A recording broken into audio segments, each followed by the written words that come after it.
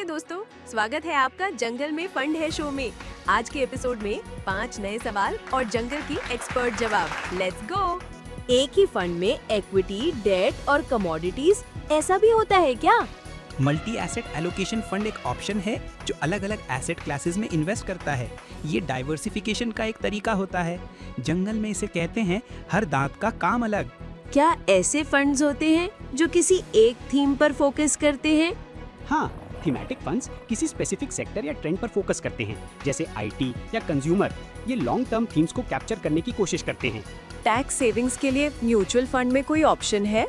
ELSS एक equity link saving scheme है जो सेक्शन 80C के अंडर टैक्स बेनिफिट ऑफर करती है अंडर ओल्ड टैक्स रिजीम, जिसमें 3 साल का लॉक इन पीरियड होता है, लेकिन टैक्स सेविंग्स और कैपिटल अप्रिशिएशन का बेनिफिट भी मिल सकती है।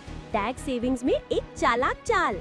छोटी कंपनीज में इन्वेस्ट करने वाले फंड्स का क्या सीन है? स्मॉल कैप फंड्स उन कंपनीज में इन्वेस्ट करते हैं जो छोटी होती हैं पर बढ़ने की पोटेंशियल भी रखते हैं।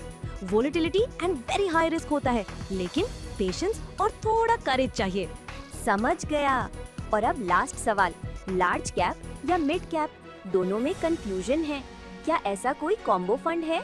Large and mid cap fund एक ऑप्शन हो सकता है। ये दोनों सेगमेंट्स में इन्वेस्ट करता है। जंगल में इसे कहते हैं 2 हाथों में लड्डू, कभी कभी मिल भी जाता है। वाह, बिल्कुल क्लियर। ऐसे और फंडे समझने के लिए देखते रहिए जंगल में फंड है। म्यूचुअल फंड निवेश बाजार जोखिमों के अधीन है। योजना संबंधी सभी दस्तावेज सावधानी पूर्वक पढ़ें।